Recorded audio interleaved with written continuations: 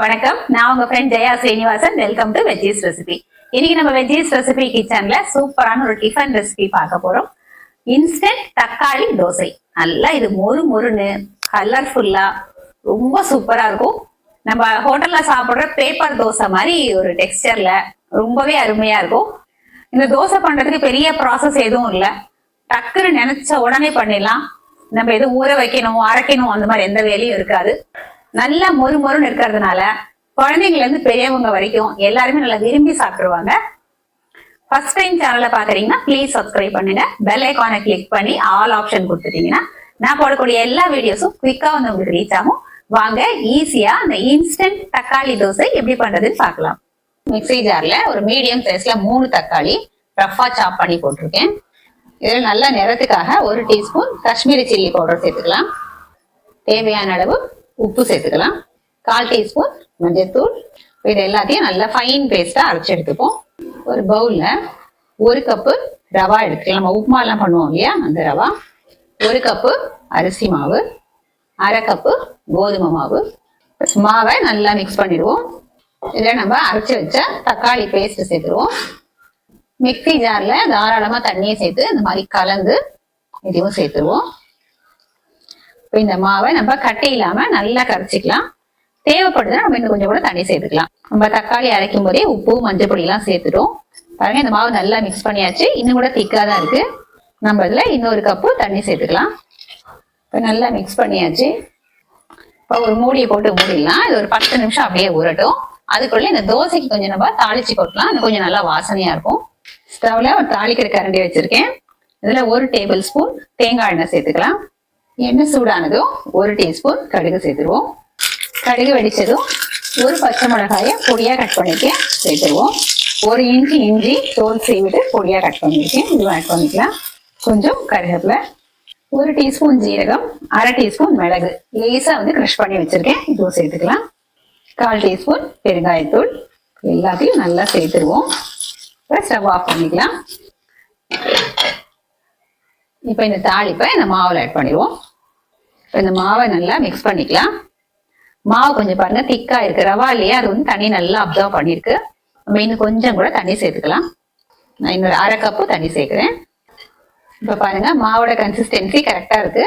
நம்ம இந்த மாதிரி தாளிக்காம கூட இந்த தோசையை பண்ணலாம். ஆனால் தாளிச்சிட்டோம்னா நல்லா வாசனையா இருக்கும். நம்ம வெங்காயத்தை கூட பொடியா கட் பண்ணி போட்டுக்கலாம்.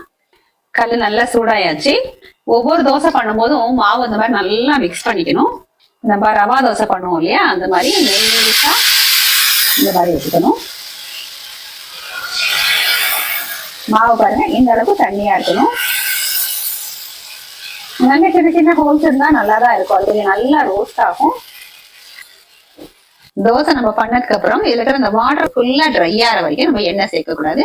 இப்ப பாருங்க ஃபுல்லா தண்ணி ஃபுல்லா ட்ரை ஆயாச்சு. இப்ப நம்ம எண்ணெய் சேர்த்துக்கலாம். இந்த மாதிரி சுத்தியும் கொஞ்சம் எண்ணெய் விடுவோம்.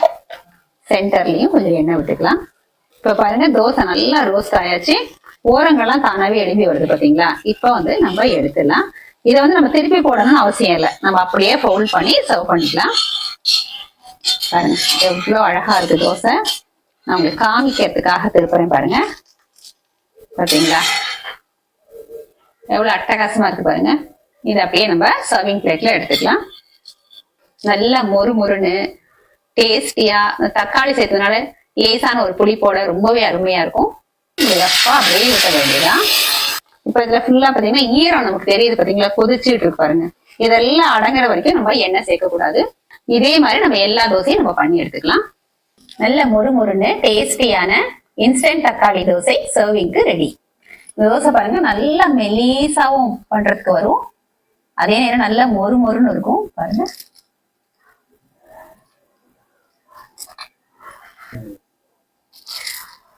நல்ல மொறு மொறுன்னு வரும். வாங்க டேஸ்ட் பண்ணி பார்த்துலாம். இந்த தோசைக்கு தொட்டுக்கிறதுக்கு தேங்காய் சட்னி நல்லா இருக்கும். இல்ல தோசை மிளகா பொடி தொட்டு சாப்பிட்டாலும் நல்லா இருக்கும்.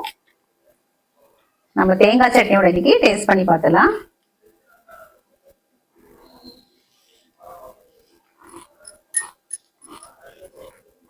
நல்லா மொறு மொறுன்னு செம்ம சூப்பரா இருக்கு. இந்த தக்காளியோட லேசான ஒரு புளிப்பு இருக்கு இல்லையா, அது ரொம்பவே நல்லா இருக்கு. நம்ம தாளிச்சு கொட்டிருக்கோம் இல்லையா, அது ஒரு எக்ஸ்ட்ரா ஃபிளேவர் கொடுக்குது. தாளிக்காம இந்த தோசை பண்ணலாம், அப்படியே நல்லாதான் வரும். இருந்தாலும் இது கொஞ்சம் நல்ல அந்த வாசனையா இருக்கு. ஏன்னா அந்த பச்சை மிளகாய், இஞ்சி, கருவேப்பிலாம் வதக்கி நம்ம போடுறோமா, அதோட பிளேவர் வந்து நல்லா தனித்தனியா தெரியுது.